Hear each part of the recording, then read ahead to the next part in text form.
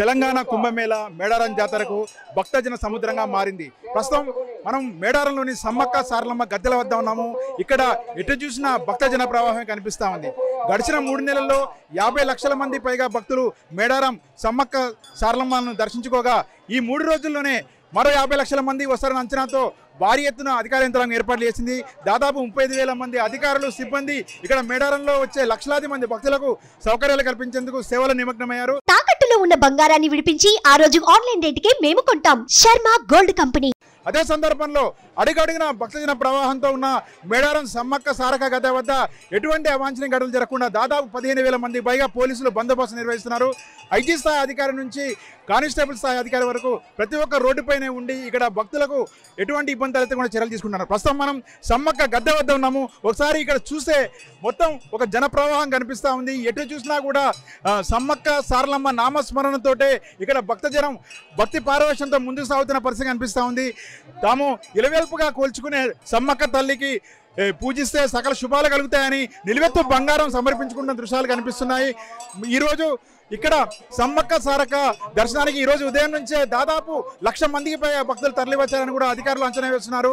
మరొక వైపు రానున్న 2 రోజుల్లోనే ప్రధాన ఘట్టం జరగనుండటంతో ఇక్కడ పూర్తి స్థాయిలో వచ్చే భక్తులకు ఎటువంటి ఇబ్బందులు తలెత్తకుండా కూడా చర్యలు చేపడుతున్నామని అధికారులు చెప్తున్నారు. మరొక వైపు తెలంగాణ కుంభమేళగా ఉన్న ఈ మేడారం జాతరకు మొదటిసారిగా రాష్ట్రపతి రావతుండడంతో ఇక్కడ పోలీసులు పూర్తి స్థాయిలో అలర్ట్ అయ్యారు. రాష్ట్రపతి ద్రౌపది ముర్ము ఎల్లుండి ఉదయం 10 గంటల ప్రాంతంలో ప్రత్యేక హెలికాప్టర్లో ఇక్కడ చేరుకొని దర్శనానికి వస్తారు. ఇదే సందర్భంలో ముఖ్యమంత్రి రేవంత్ రెడ్డి, రాష్ట్ర గవర్నర్ తమిళిసై కూడా ఎల్లుండి ఉదయం సమ్మక్క సారలమ్మను దర్శనం చేసుకుని మొక్కులు చెల్లించున్నారు. ఈ నేపథ్యంలో ఒకవైపు విఐపీల తాకిడి, మరొక వైపు సామాన్యుల తాకిడితోడు మేడారంలో ఇసుక వేస్తే రాలనంతగా జనం కనిపిస్తున్న పరిస్థితి కనిపిస్తూ ఉంది. అడుగడుగున భక్తజన ప్రవాహంతో అడుగు తీసి అడుగు వేయాలంటేనే దాదాపు నిమిషం టైం పడుతూ ఉంది. ఇదే సందర్భంలో జంపన్న వాగులో స్నానాలు చేసి గద్దెల వద్దకు దర్శించుకునేందుకు కూడా గంటల సమయం వేచి ఉండాల్సిన పరిస్థితి కనిపిస్తూ ఉంది. ఈ సంవత్సరం తెలంగాణ రాష్ట్ర ప్రభుత్వం ఎంతో ప్రతిష్టాత్మకంగా దాదాపు 105 కోట్ల రూపాయల ఖర్చుతోటి ఇక్కడ భక్తులకు సౌకర్యాలు కల్పించింది.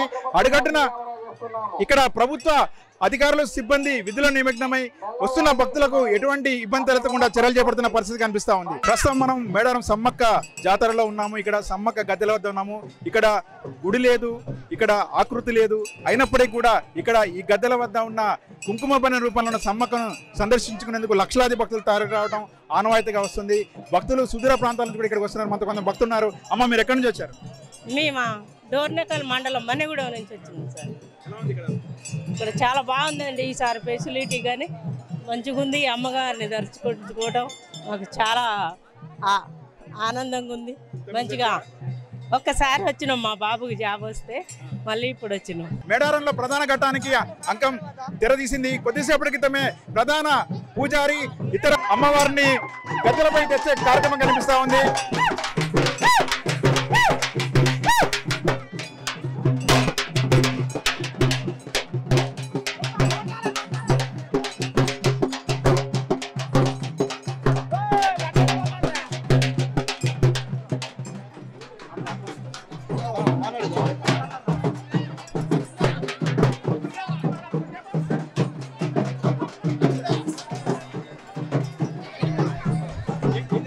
మా బూరుపేట లక్ష్మీదేవర గిరిజన జాతర బూరుపేట గ్రామం లక్ష్మీదేవపేట బూరుపేట గ్రామం లక్ష్మీదేవర గుడి దగ్గర నుంచి సమ్మక్క సారక్క తల్లిని తీసుకొచ్చేది తల్లి మా లక్ష్మీదేవర.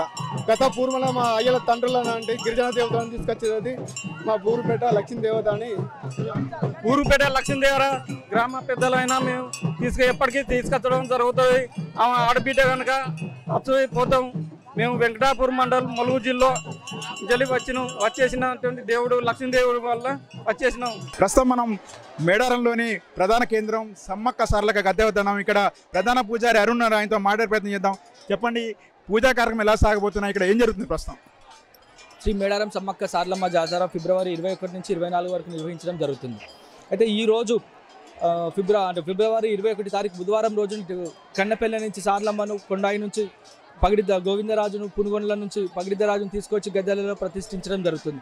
అయితే ఏంటంటే ఈరోజు బుధవారం ఉదయం 11 గంటల ప్రాంతంలో ఇటు సమ్మక్క పూజారులు ఇటు సార్లమ్మ పూజారులు గద్దెలలోకి వచ్చి అమ్మవారి గద్దెని అలికి పీట ముగ్గులు అమ్మవారి గద్దెను అలికి పీట ముగ్గులు వేసి పసుపు కుంకుమ చీరే సారథం ప్రత్యేకంగా పూజలు నిర్వహించిన తర్వాత బుధవారం సాయంత్రం సార్లమ్మను గోవిందరాజును పగిడిద్దరాజును ముందుగా తీసుకొచ్చి ఊర్లో ఉన్న గుడికి వెళ్ళిన తర్వాత అక్కడ ఆదివాసీ సాంప్రదాయాల ప్రకారం అమ్మవార్లకు కళ్యాణం నిర్వహించి ఈ గద్దెలలో ప్రతిష్ఠించడం జరుగుతుంది.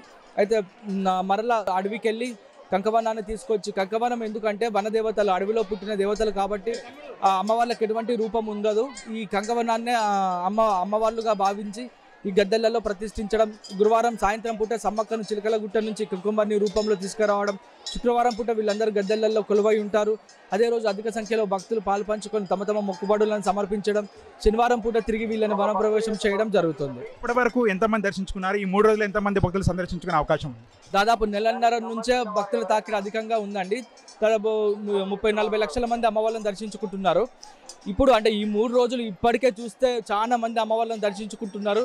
అదేగాక రేపు ఎల్లుండి ఆవులెల్లుండి దాదాపు 1.5 కోటి మంది భక్తులు అమ్మవారిని దర్శించుకునే అవకాశం ఉందండి. వచ్చే భక్తులకు నా యొక్క విజ్ఞప్తి ఏంటంటే మనం తీసుకొచ్చే ముడుపులైనా కూడా తినుబండారైనా కానీ ప్లాస్టిక్ కవర్లో తీసుకొస్తున్నారు. అంతేకాకుండా ప్లాస్టిక్ను ఎంత తక్కువగా వాడితే అంత మంచిది. మీరు జాతర అయిపోయిన తర్వాత మా చుట్టుపక్కల ఉండే గ్రామాలకు కానీ ఇక్కడ ఉండే స్థానికులకు కానీ చాలా ఇబ్బందులు ఏర్పడుతున్నాయి. అట్లా కాకుండా ఈ బీర్ బాటిల్ పలగొట్టి ఈ పంట పొలాలలో వేస్తున్నారు. వర్షాకాలం వచ్చిందంటే చాలా ఇబ్బంది అవుతుంది. ముఖ్యంగా ఏంటంటే అమ్మవారికి రక్తాభిషేకం అనేది జరగాలి. ఆ అమ్మవారికి శాంతి పూజ అనేది జరగాలి. అదే ఇక్కడ ఈ ఆదివాసీ సాంప్రదాయాలలో హలాల్ అనే పద్ధతి ఉండదు. ఈ 2 జాతర నుంచి చూస్తే ఏంటంటే ఇక్కడికి వచ్చే భక్తులు హలాల్ చేయాలని అంటున్నారు. హలాల్ అనే పద్ధతి మేడారం జాతరలో కానీ ఈ అమ్మవార్లకు కానీ అట్లాగే ఈ హిందూ సాంప్రదాయాల ప్రకారంలో కానీ హలాల్ అనే పద్ధతి ఉండదండి. మీరు అట్లా చేస్తే మీ మొక్కు చెల్లదు. భక్తులు ఎవరైనా రండి, అమ్మవాళ్ళని దర్శించుకోండి, తరించండి. కానీ ఒకరి సాంప్రదాయాలను ఒకరి మీద వేసి రుద్దకండి. ఈసారి రాష్ట్రపతి కూడా వస్తున్నారు. ఎట్లా ఉంది ఇక్కడ ఏర్పాట్లు అన్నీ పూర్తయినాయండి. ఇటు మంచినీళ్ళు కానీ టాయిలెట్ ఫెసిలిటీస్ కానీ ఇప్పుడు జంపన్న వాగు దగ్గర స్నానఘట్టాలు కానీ అన్ని ఫెసిలిటీస్ బాగున్నాయి. దాదాపుగా ఏర్పాట్లన్నీ పూర్తయినాయి. అట్లే విఐపి దర్శనాలు కూడా బాగానే ఉన్నాయి. ఈసారి గత ప్రభుత్వం కంటే ఈసారి అధిక తాకిడి ఎక్కువగా ఉంటుంది. ఈసారి ప్రత్యేకంగా 6,000 బస్సులు మన ఆర్టీసీ వాళ్ళు ప్రొవైడ్ చేస్తున్నారు.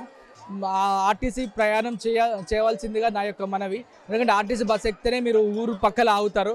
అది అట్లా కాకుండా ప్రైవేట్ వెహికల్స్లలో వస్తే ఒక 10 కిలోమీటర్ల దూరంలో ఆపేస్తున్నారు. ఇది గమనించగలరు. ఆర్టీసీ వాళ్ళు మన భక్తుల రద్దీ దృష్టిలో పెట్టుకొని ఈ గవర్నమెంట్ సదుపాయాన్ని ఏర్పాటు చేసిందండి. జాగ్రత్తగా రండి, జాగ్రత్తగా వెళ్ళండి.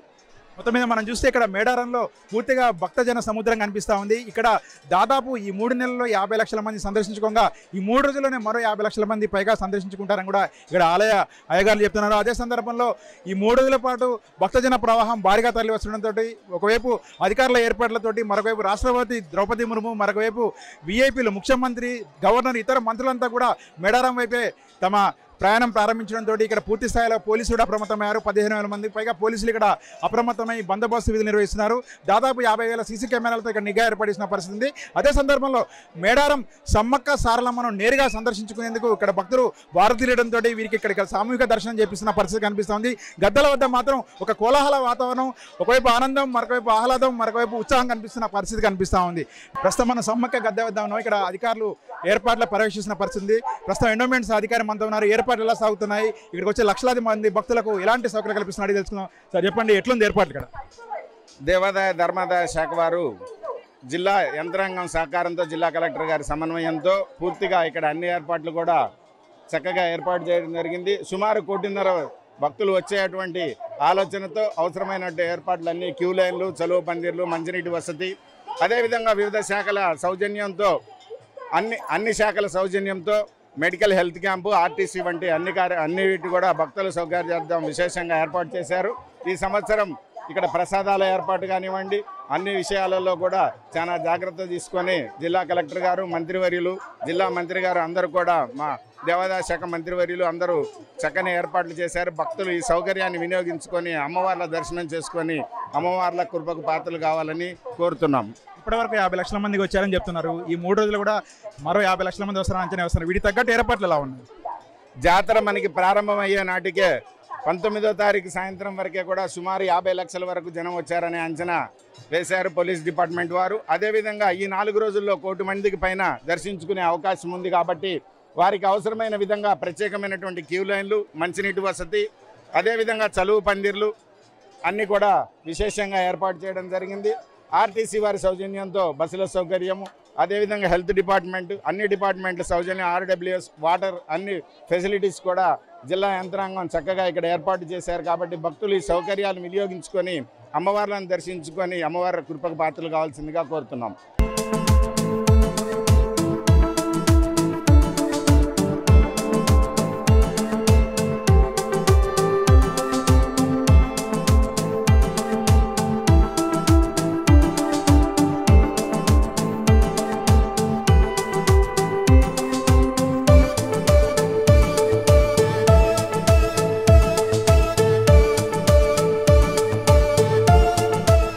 మేడారంలో ఎటు చూసినా కూడా భక్తజన ప్రవాహం కనిపిస్తూ ఉంది. ఎటు చూసినా లక్షల మంది భక్తులు సమ్మక్క సారలక్క గద్దెల వైపు ప్రయాణం అవుతున్నారు. ఒకవైపు రాష్ట్రం నలుమూల నుంచే కాకుండా పక్కనే ఉన్న మధ్యప్రదేశ్, ఒరిస్సా, జార్ఖండ్ నుంచి కూడా భారీ ఎత్తున భక్తులు తరలి రావడంతో మేడారం పూర్తిగా జన సముద్రంగా మారుతూ ఉంది. ఇక్కడికి వస్తున్న లక్షలాది మంది భక్తులకు ఎటువంటి ఇబ్బంది తలెత్తకుండా ఒకవైపు పోలీసు, మరొకవైపు రెవెన్యూ శాఖల సమన్వయంతో ఇక్కడ భారీ ఎత్తున ఏర్పాట్లు చేస్తున్నారు. దాదాపు 105 కోట్ల రూపాయల నిధులతోటి ఇక్కడ అభివృద్ధి పనులు కూడా చేపట్టారు. ప్రస్తుతం ఇక్కడ మేడారం జాతరలో భక్తులకు అందుతున్న సేవలను పర్యవేక్షిస్తున్న పోలీసు, రెవెన్యూ అధికారులు ఉన్నారు. వారితో మాడే ప్రయత్నం చేద్దాం. సార్ చెప్పండి, ఎట్లుంది ఇక్కడ బందోబస్తు, ఎట్లుంది, భక్తులకు ఎలాంటి సౌకర్యాలు ఉంటుంది? భక్త మహాశయులందరికీ నమస్కారాలు. అలాగే ఇక్కడ ప్రతి ఒక్కరు కూడా ఆనందంగా క్యూ లైన్ల నుంచి సిస్టమేటిక్గా వెళ్తున్నారు. ఎందుకంటే లాస్ట్ టైం కంటే ఇప్పుడు కూడా ఫోర్స్ ఎక్కువ కూడా చేయడం జరిగింది. ఆఫీసర్స్ కూడా చాలామంది కూడా చేయడం జరిగింది. భక్తులకు ఎలాంటి ఇబ్బంది కూడా కలగదు. ఒకటి భక్తులందరూ కనుక దయచేసి మా పోలీస్ డిపార్ట్మెంట్ తరపున కానీ, రెవెన్యూ తరపున కానీ అందరికి భక్తులకు పేరు పేరున్న నమస్కారాలు పెట్టి, భక్తుల లాగానే కొంతమంది దొంగలు వస్తున్నారు. వాళ్ళు మీ వస్తువులకు మీకు మీరే బాధ్యతగా కొంచెం చూసుకోవాలని భక్త మహాశైలకు అందరికీ నమస్కారం చెప్పుకుంటున్నాను. మనతో రెవెన్యూ అధికారులు ఉన్నారు. సార్ చెప్పండి, విఐపీ తాకిడి కూడా ఎక్కువగా ఉంది. రెవెన్యూ శాఖ నుంచి ఎట్లా విఐపీలను సామాన్యులను ఎట్లా సమన్వయం చేస్తున్నారు? విఐపీలని దర్శనానికి అనుమతించడం కోసం